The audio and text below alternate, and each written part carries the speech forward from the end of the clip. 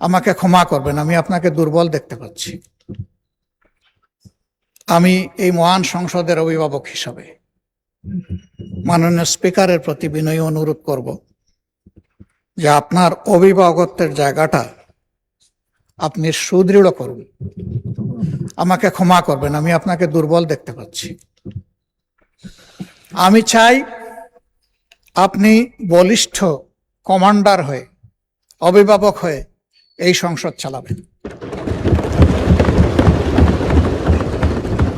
নীতিবিধির জায়গাগুলো যতদূর সম্ভব পরিপালনে আপনার চেষ্টাকে আপনি ম্যাক্সিমাইজ করবেন। এইমাত্র অতি গুরুত্বপূর্ণ একটি বিল পাশ হলো।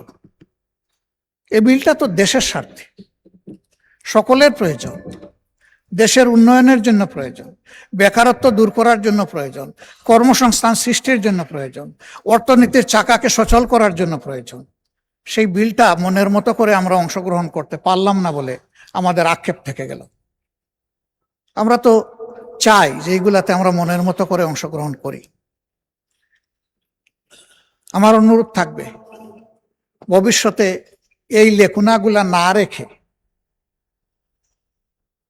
আমাদেরকে আমাদের দায়িত্ব পালনের সুযোগ দেবেন। যদি আমরা দায়িত্ব পালনের এই সুযোগ না পাই তাহলে আসলে এখানে বসা এটা অর্থহীন, আমাদের সময়ের অপচয়, এবং আমরা যে সময়টুকু কথা বলবো জনগণের অর্থের অপচয়। আমি এই বিষয়ে আপনার দৃষ্টি আকর্ষণ করেই আমার মূল বক্তব্যে যাচ্ছি।